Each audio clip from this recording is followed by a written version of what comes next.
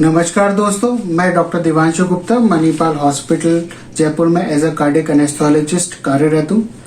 दोस्तों, आज हम इस वीडियो में ब्रेस्ट कैंसर वीडियोस की सीरीज को आगे बढ़ाते हुए ब्रेस्ट कैंसर ट्रीटमेंट्स के बारे में बात करेंगे। इससे पहले के वीडियोस में हमने बात किया था ब्रेस्ट कैंसर्स के ओवरव्यू के बारे में और ब्रेस्ट कैंसर के सिम्टम्स के बारे में। दोस्तों, ब्रेस्ट कैंसर के ट्रीटमेंट के कई सारे तरीके होते हैं, जैसे कि surgery, chemotherapy, radiation therapy, hormone therapy, targeted therapies and immunotherapies. दोस्तों, परंतु कौन सा तरीका किस मरीज के लिए बेस्ट रहेगा या उत्तम रहेगा, यह कई फैक्टर्स पर डिपेंड करता है। जैसे कि ब्रेस्ट कैंसर जिस स्टेज पर डिटेक्ट हुआ है वो स्टेज या ब्रेस्ट कैंसर की वो ग्रेडिंग क्या है, ब्रेस्ट कैंसर के जो मरीज है उसकी उम्र कितनी है, और जो मरीज है उसको कोई और बीमारियां तो नहीं है, जैसे कि किडनी की बीमारी या दिल की कोई और बीमारी या डायबिटीज, या ब्रेस्ट कैंसर में कुछ स्पेसिफिक प्रोटीन्स लाइक जिन्हें HER2 कहते हैं मौजूद है या नहीं, या मरीज अगर जिसे इलाज दिया जाएगा, वो पर्टिकुलर ट्रीटमेंट दिया जाएगा, वो उसे झेल सकता है या नहीं, और इलाज जो मरीज को दिया जाएगा वो उस कैंसर को क्योर करेगा या सिर्फ एक पैलिएटिव थेरेपी मींस कि कुछ देर के लिए आराम देने वाला होगा। ये सारे फैक्टर्स डिसाइड करते हैं कि मरीज को कौन सा तरह का ट्रीटमेंट दिया जाना है। दोस्तों, अब हम उपचार या ट्रीटमेंट के हर मोडालिटी को डिटेल में डिस्कस करते हैं। सबसे पहले बात करते हैं सर्जरी की। ब्रेस्ट कैंसर के ट्रीटमेंट का सबसे कॉमन तरीका सर्जरी है। ब्रेस्ट कैंसर के ट्रीटमेंट के लिए जो सर्जरीज की जाती है, जैसे कि लंपेक्टोमी, पार्शियल मेस्टेक्टोमी या रेडिकल मेस्टेक्टोमी। लंपेक्टोमी में सर्जन ब्रेस्ट में कैंसर की गांठ के साथ उसके आसपास के थोड़े से नॉर्मल टिश्यू को निकालते हैं और बाकी ब्रेस्ट एज इट इज छोड़ दिया जाता है।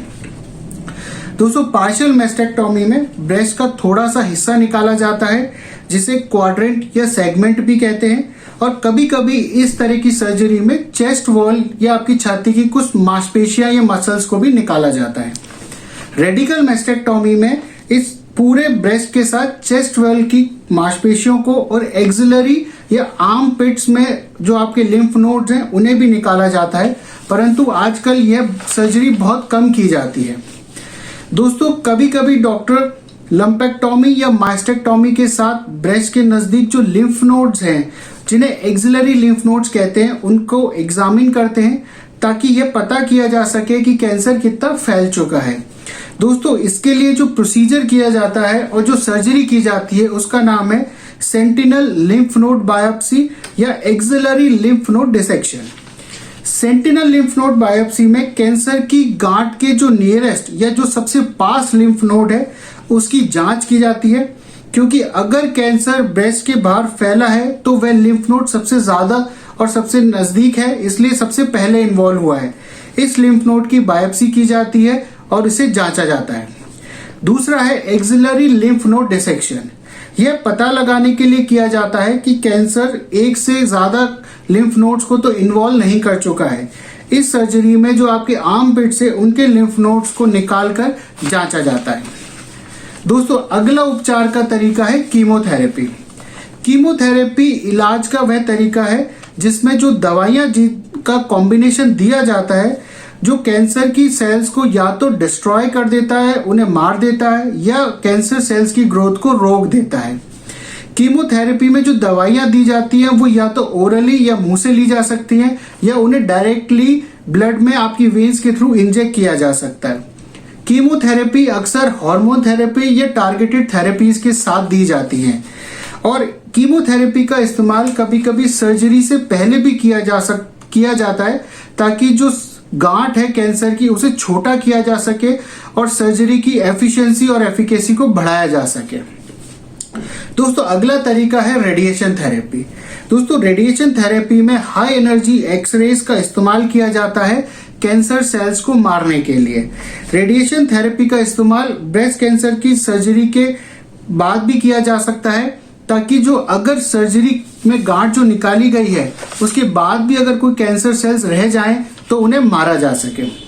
रेडिएशन थेरेपी शरीर के उस हिस्से कोई या उस कैंसर सेल्स को ही अफेक्ट करती है या वो सिर्फ वहीं पर दी जाती है और बाकी नॉर्मल सेल्स में नहीं दी जाती।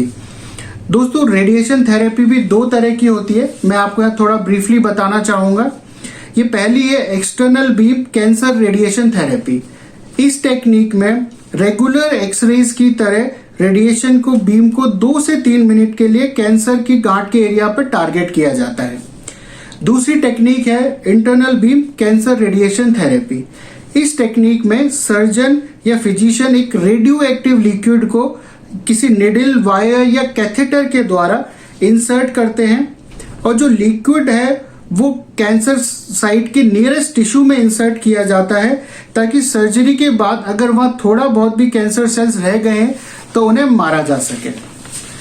दोस्तों अगला उपचार का तरीका है हार्मोन थेरेपी। दोस्तों शरीर में हार्मोन्स होते हैं जैसे कि एस्ट्रोजन या प्रोजेस्टेरोन। ये केमिकल्स हैं जो कि ग्लैंड्स द्वारा, बॉडी के शरीर के ग्लैंड्स द्वारा बनाए जाते हैं। सामान्य तौर पे ये हार्मोन शरीर में कुछ साइकिल्स को रेगुलेट करते हैं, जैसे कि मेंस्ट्रुअल साइकिल, जिसे मासिक धर्म भी कहते हैं।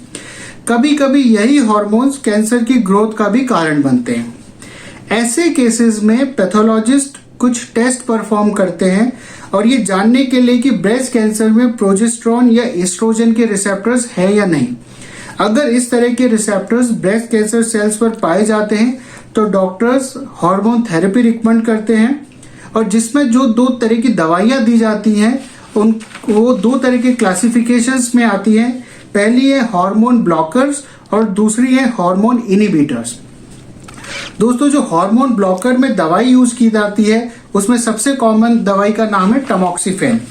हार्मोन ब्लॉकर्स कैंसर सेल पर जो रिसेप्टर्स हैं उन्हें ब्लॉक कर देती है ताकि आपके जो हार्मोन्स है प्रोजेस्टेरोन और एस्ट्रोजन उन सेल्स पर काम नहीं कर पाते और कैंसर सेल्स की ग्रोथ वहीं रुक जाती है। दूसरे हैं हार्मोन इनहिबिटर्स। हार्मोन इनहिबिटर्स दवाइयां प्रोजेस्टेरोन और एस्ट्रोजन के प्रोडक्शन को शरीर में कम कर देती है ताकि वो कैंसर सेल तक उचित मात्रा में पहुंच ही नहीं पाते और कैंसर सेल्स की ग्रोथ रुक जाती है। दोस्तों अब बात करते हैं अगले उपचार के तरीके के लिए, जिसे बोलते हैं टारगेटेड थेरेपी। दोस्तों टारगेटेड थेरेपी में जो दवाइयां यूज होती हैं वह स्पेसिफिक कैंसर सेल्स की पहचान करती हैं और उन्हें डिस्ट्रॉय करती हैं नॉर्मल सेल्स को बिना किसी नुकसान पहुंचाए हुए। जो टारगेटेड थेरेपीज ब्रेस्ट कैंसर में इस्तेमाल की जाती हैं उनके नाम है monoclonal antibodies, tyrosine kinase inhibitors, cyclin dependent kinase inhibitors, mammalian target rapamycin या एमटॉर इनहिबिटर्स भी इन्हें कहते हैं, और पीएआरपी इनहिबिटर्स। दोस्तों अब इन इनहिबिटर्स और इन दवाइयों के बारे में थोड़ा थोड़ा मैं आपको बताना चाहूंगा। सबसे पहले बात करते हैं मोनोक्लोनल एंटीबॉडीज की।